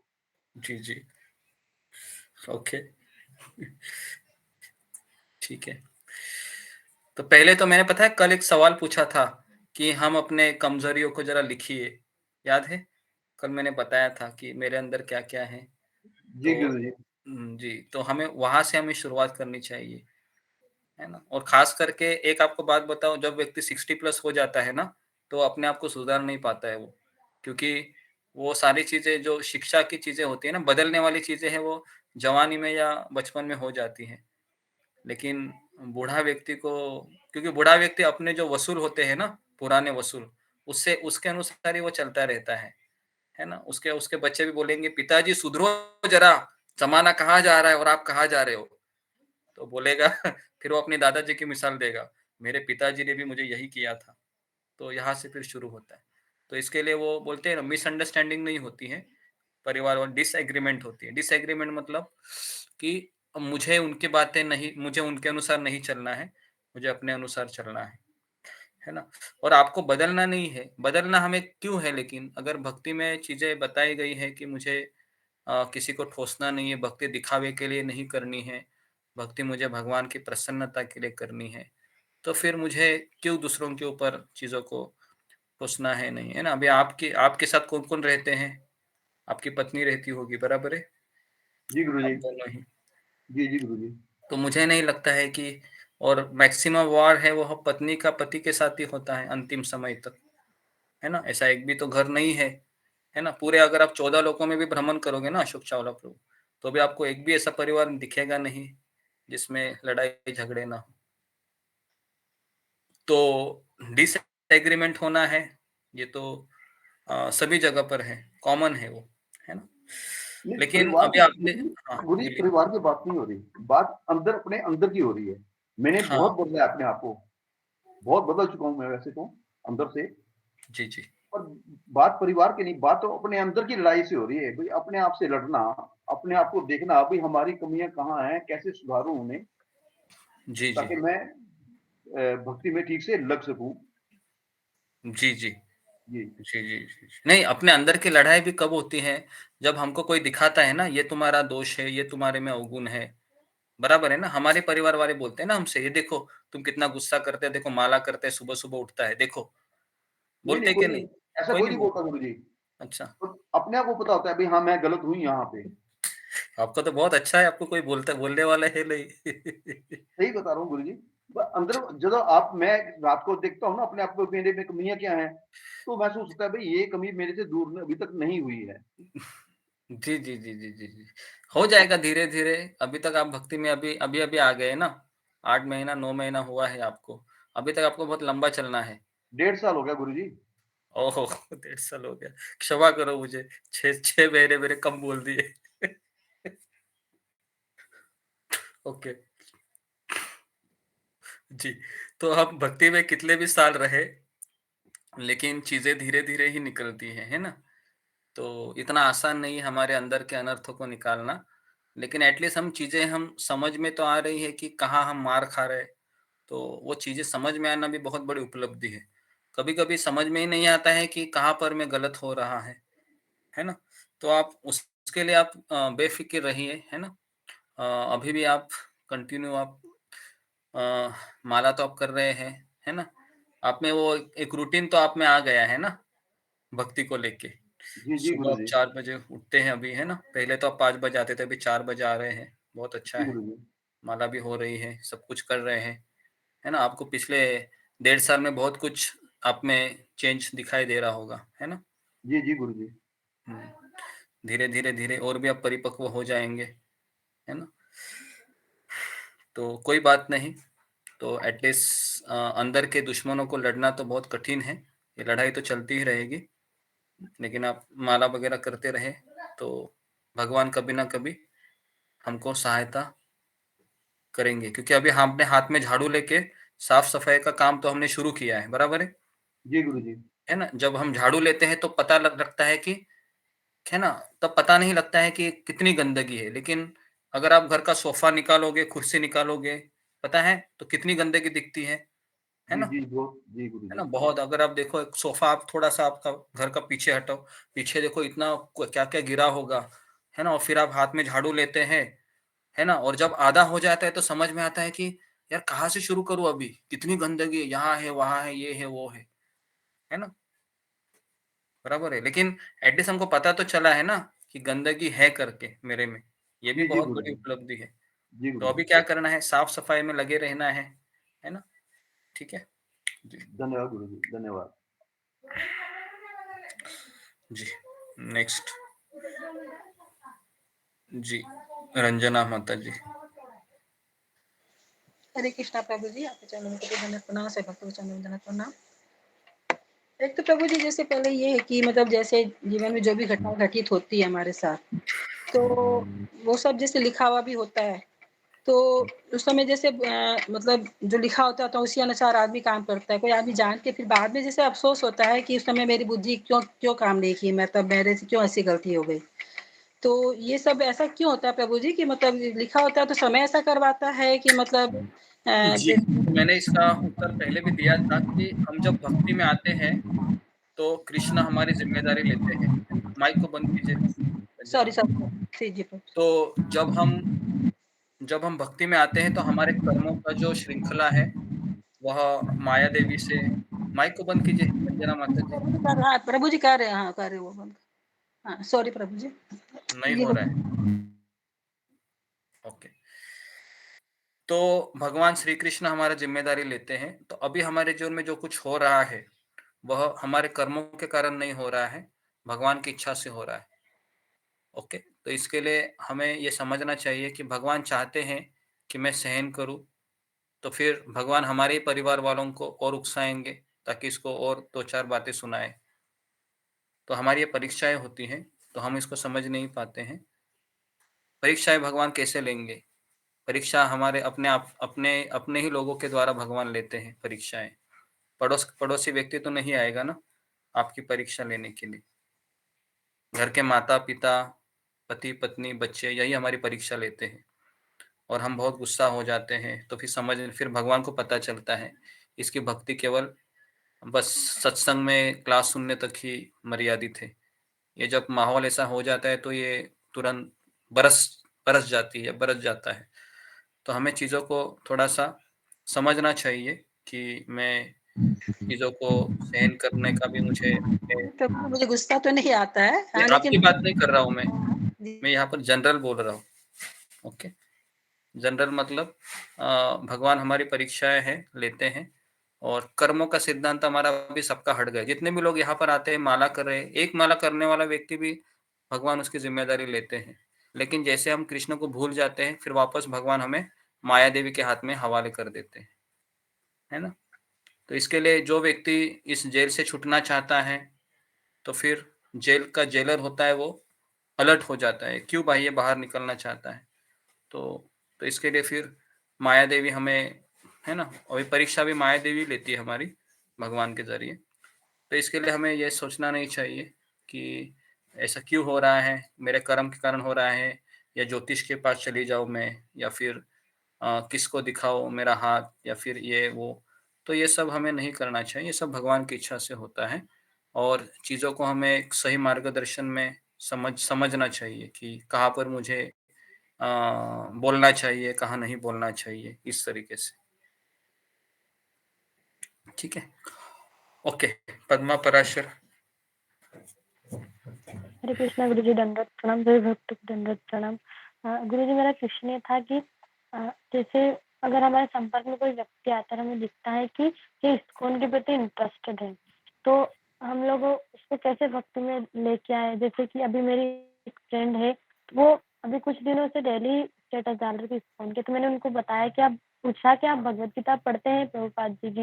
उन्होंने बोला कि मेरे पास नहीं है भगवत गीता। तो मैंने उनको बोला कि आप ऑर्डर करिए, और भक्ति में बिना मार्गदर्शन के हम भक्ति नहीं कर सकते, और जो इस्कॉन है और ये सब चीजें दिखावे की नहीं है भक्ति, इसको सीरियस लेना पड़ता है। आप बिना मार्गदर्शन के नहीं कर सकते। मैंने उनको बोला कि आप क्लासेस भी ले सकते हैं, मैं आपको ऐड करवा दूंगी, और आप माला भी स्टार्ट कर सकते हैं। अभी नहीं किए तो आप एक माला से करिए। तो क्या गुरुजी, मतलब ये सही तरीका है किसी व्यक्ति को मतलब बोलने का कि आप ऐसे करिए? नहीं, पहले तो हमको ये बिल्कुल नहीं बोलना चाहिए कि आप क्लास में आइए। आप उनको केवल समय देना चाहिए, पहले 1 महीना, 2 महीना उनसे बातें करते रहना चाहिए। उनके साथ फ़ोन के ज़रिए भी माला कर सकते हैं, उनको समय देना चाहिए। और फिर वो धीरे-धीरे उनको लगेगा कि हाँ, ये बहुत अच्छा आदमी है, ये अच्छी लड़की है, मुझे सपोर्ट कर रही है। फिर वो आपकी बात आगे की मानेगा और फिर हम उनको चाय, कॉफ़ी ये सब चीज़ें बता सकते हैं। इनिशियली हम उनको यही बोलेंगे कि आप एक माला कीजिए, इस तरीके से, ठीक है? और फिर जब वो स्वयं बोलेगी कि हाँ, मुझे भी सत्संग में आना है, क्या होता है ज़रा बताइए, फिर आप बोल सकते हैं। इस तरीके से हम कर सकते हैं, ठीक है? जी, गुरुजी, नेक्स्ट। एक क्वेश्चन और था, थोड़ा हाँ, तो पूछ लूं मैं? हाँ, पूछो। गुरुजी, ऐसा हो रहा है अभी, जो मतलब मेरे साथ ऐसा हो रहा है कि पता नहीं क्यों, जब मैं बाहर जाती हूँ कॉलेज वगैरह, तो जैसे मेरे जूनियर थे, वो बहुत प्रभावित हो रहे हैं मुझसे, और पता नहीं क्या उनका अटैचमेंट है, वो बहुत ज्यादा मतलब मुझे अप्रिशिएट कर रहे हैं, मतलब तारीफ वगैरह करते, तो मुझे अंदर से पता नहीं क्यों गिल्ट फील हो रहा है कि मैंने तो ऐसा कुछ किया ही नहीं है, तो ये ऐसा क्यों कर रहे हैं, मतलब इतनी तारीफ क्यों कर रही है? तो ये क्या चीज है गुरुजी, मुझे कुछ समझ नहीं आ रहा है, ऐसा क्यों हो रहा है मेरे साथ आजकल? हम्म, मुझे भी पता नहीं ऐसा क्या हो रहा है, क्योंकि ये सब चीजें हैं वो हम्म, कौन सी स्तुति कर रहे हैं, क्यों कर रहे हैं, बहुत सारे कारण होते हैं उसके स्तुति करने के। तुमसे उनको कुछ चाहिए है, क्या चाहिए, क्या अल्टरनेटिव मोटिव है ना? कोई किसी की तारीफ ऐसे नहीं करता है ना इस संसार में, कुछ तो उनका रहेगा।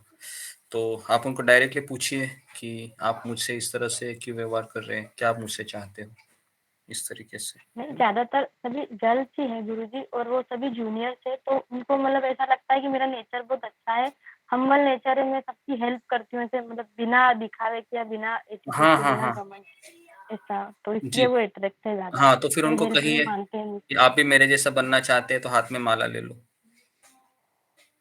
ठीक है? ये भी बोल सकती हो। ओके जी, नेक्स्ट रूबी कुमारी।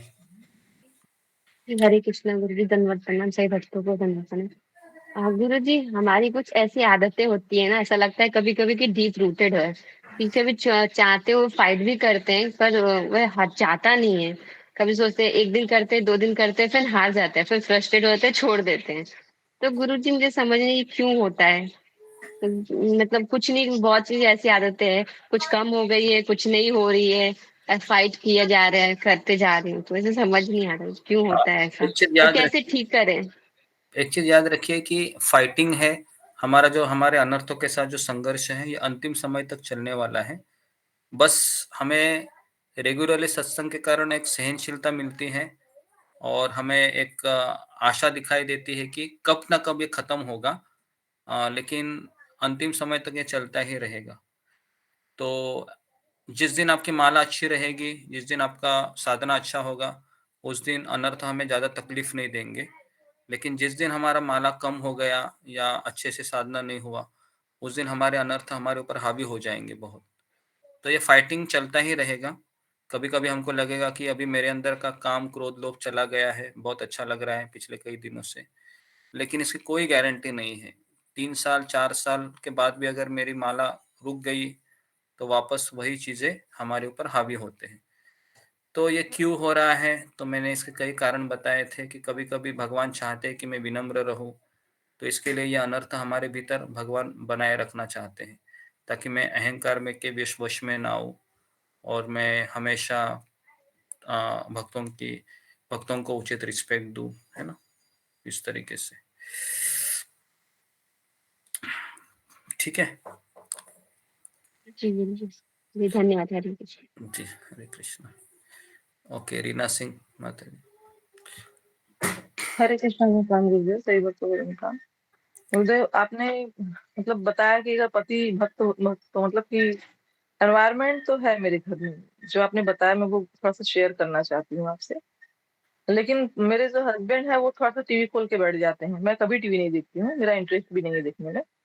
तो बच्चे जो उनकी सह पा करके जो है कि टीवी देखते हैं, या फिर उनको थोड़ा सा ज्यादा फॉलो करते हैं, क्योंकि मम्मी का रूटीन ज्यादा स्ट्रिक्ट उनको समझ में आता है। तो ये चीज और फिर तो ये भी होता है कि मैं उनको चिल्लाती नहीं हूँ जनरली, लेकिन चिल्लाने का काम तब करती हूँ जब वो बहुत मिसबिहेव करते हैं, तभी जो है कि मेरा चिल्लाना होता है। तो मैं इसको मतलब किस तरीके से उनको गाइड करूँ, थोड़ा सा आप मुझे मार्गदर्शन करिए। हरे कृष्णा पहले भगवान जी। जी, पहले तो हमें समझना चाहिए कि मेरे घर वाले मेरे जैसे भक्ति में इतने तत्पर नहीं है, है ना? तो उनकी कुछ पसंद है, कुछ उनकी नापसंद है। तो अभी आपके बच्चों के सामने आपकी ऐसी इमेज बनी होगी कि मेरी माँ को केवल कृष्ण ही चाहिए। हो सकता है, अगर आप उनको समय देती है तो बहुत ही अच्छा है। लेकिन सुबह-सुबह तो वो आपको देखते ही होंगे कि मेरी माँ मुझे कहाँ मिलेगी? तो मोबाइल के सामने मिलेगी, है ना? जब ये उठेंगे तो, जब कर रही होंगी। तो ये इमेज तो इनडायरेक्टली बनी रहती है। लेकिन कुछ-कुछ समय में जैसे अगर आपके पति हैं अभी इतने भक्ति में नहीं है, तो वो आपको कुछ बोलते नहीं होंगे, लेकिन मन में बहुत सोचते भी होंगे के बारे में कि ये हमेशा टीवी लगाया है, बैठती नहीं है, बोलूँगा तो पता नहीं क्या बोलेगी, है ना? बहुत कुछ चीज़ें होती है फिर, बराबर है। तो इसके लिए कुछ शादी के 10-12 साल के बाद ऐसा सिचुएशन आता है कि पति भी बोलता है मैं अपनी ज़िंदगी जीऊँगा, वो भी बोलती है मैं अपनी ज़िंदगी जीऊँगी। तो इस तरह से एक माहौल हो जाता है ना? ये सबके पास होता है, नॉन डिवोटी के मैरिज में भी ऐसे ही होते हैं। नॉन डिवोटी को तो पहले ही होता है, वो तो 2-3 साल के बाद ही अपना-अपना रास्ता चुन लेते हैं। लेकिन भक्ति में थोड़ा-सा टाइम लगता है और फिर चीज़ों को समझता है कि भक्ति में मुझे ऐसे ही रहना है, मुझे ऐसे ही जाना है ना? तो जिस घर में अ, अगर कुछ लोग जैसे टीवी है आपके घर में, सबके घर में टीवी होता है आजकल, बराबर है? बिना टीवी का एक भी घर नहीं है। और जैसे ही शाम होती है 7 बजे, तो टीवी के कार्यक्रम चल शुरू होने लगते हैं ना, 9 साढ़े 9 बजे तक चलते हैं। जैसे अभी मैं गाँव में गया था, मैंने अपना उदाहरण दे दिया कि मैं इसके लिए थोड़ा समय उनके पास बैठा, टीवी सीरियल देखते-देखते, कि ताकि उनको ऐसा ना लगे कि है ना, ये हमेशा अभी 2 दिन के लिए आया है, तो थोड़ा बैठ भी नहीं रहा है ना? लेकिन आपका केस वैसा नहीं है क्योंकि आप तो उसी घर में रहती हो, तो एक दिन अगर बैठ गई गलती से, तो अगले दिन भी शायद बुलावा आ सकता है ना? कल बैठी थी, आज भी बैठो भाई, है ना, मेरे लिए आधा घंटा सीरियल देखो, है ना। तो इस तरीके से होता है। तो उस समय के लिए अगर अगर वो हमको भक्ति के लिए सपोर्ट कर रहा है इतना, तो मुझे ऐसा लगता है कि आपको बैठना चाहिए। आपको गुरुदेव टीवी के लिए कोई नहीं है, मतलब फोर्स कुछ नहीं है, इसके लिए कोई कुछ नहीं बोलता है। मैं उनको टीवी के लिए मैं मना भी नहीं करती हूँ, जब तक बच्चों का मतलब एग्जाम का या फिर ऐसा कुछ प्रेशर ना हो। जनरली ये है कि मतलब बच्चों को मैं कैसे मतलब कि डाइवर्ट करूँ, क्योंकि बच्चे माला करते थे मेरे, और वो अभी अच्छे अभी नहीं मतलब करते आपकी हैं क्या? क्लासेस भी बीच में। जी, अभी नहीं करते हैं माला? इस समय उन्होंने छोड़ा हुआ है दोनों ने। नहीं हम्म तो एग्जाम है उसका, तो वही मैं देख रही हूँ कि ये लोग चांस ले रहे हैं बच्चे मेरे, और मैं उनको फोर्स बिल्कुल नहीं करती हूँ इसके लिए कि मतलब कि आप करिए मत करिए करके, हम्म क्योंकि मुझे लगता है कि बहुत ज्यादा फोर्सफुली नहीं। और ये भी बात है कि वो भक्ति की बातें जानते भी हैं कि मतलब कि ऐसे करेंगे तो ये पाप लगेगा, ऐसे है, भगवान के घर हमको जाना है, ये हमारा असली घर नहीं है, वो सारी चीजें जानते हैं, क्योंकि जनरली वो आपकी भी क्लासेस काफी सुनी है उन लोगों ने।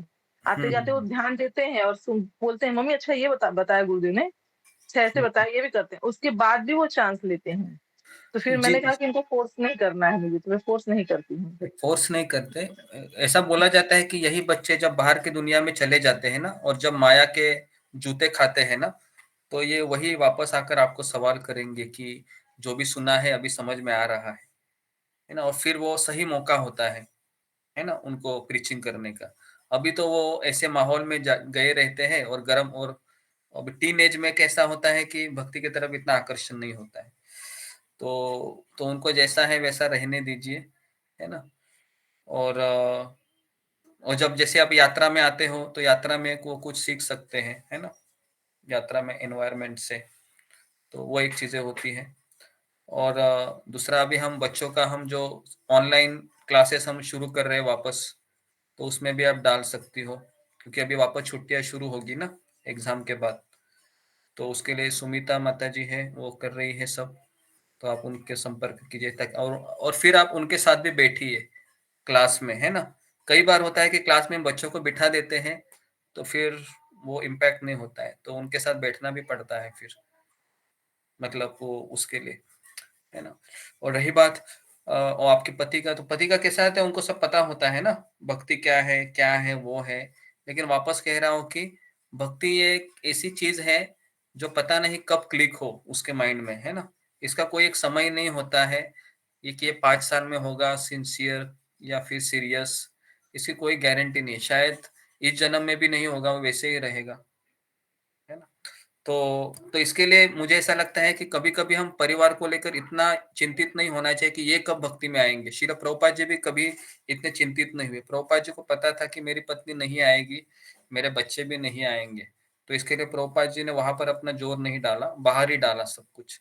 क्योंकि परिवार वालों में तो कभी कभार ही ऐसा होता है कि वो भक्ति में आते हैं, और खास करके लेडीज बन जाती है, और लेडीज अगर इंडिपेंडेंट है, घर को चला रही है, तो फिर वो जल्दी इम्पैक्ट हो जाता है ना। लेकिन अगर वो डिपेंडेंट है और पति नॉन डिवोटी है, तो फिर बच्चे भी भक्ति नहीं लेते हैं, है ना। ऐसा देखा गया। तो घर के एनवायरनमेंट पे ज्यादा डिपेंड होता है कि भक्ति को लेने का कार्यक्रम।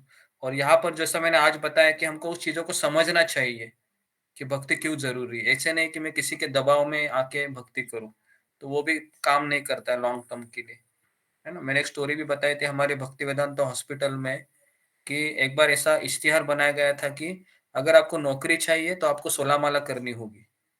तो कई स्टाफ है वो 16 माला तक करने लगे, है ना। लेकिन जैसे वो अपनी ड्यूटी में स्थिर हो गए, सबने माला छोड़ दी, है ना।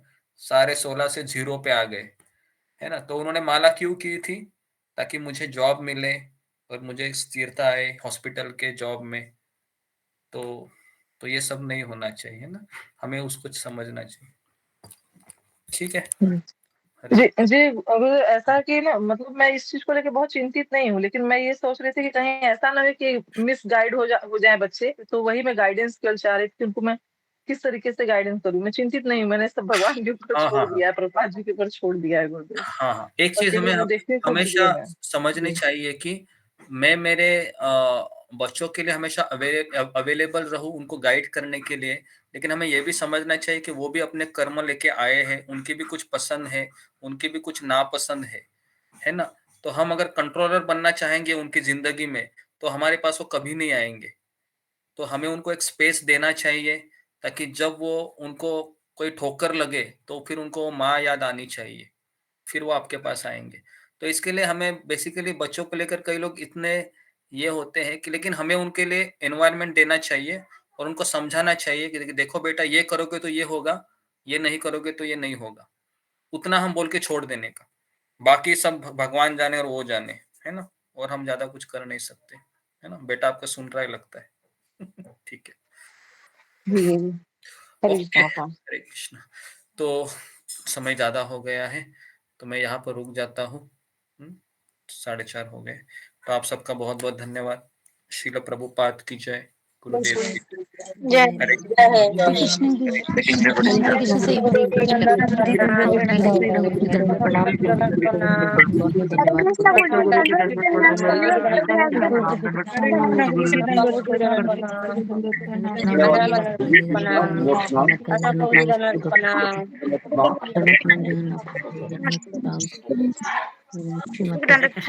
गुरु जी, दंडवत प्रणाम। सभी भक्त को दंडवत प्रणाम। गुरु जी के चरणों में दंडवत प्रणाम। प्रभु जी के चरणों में दंडवत प्रणाम।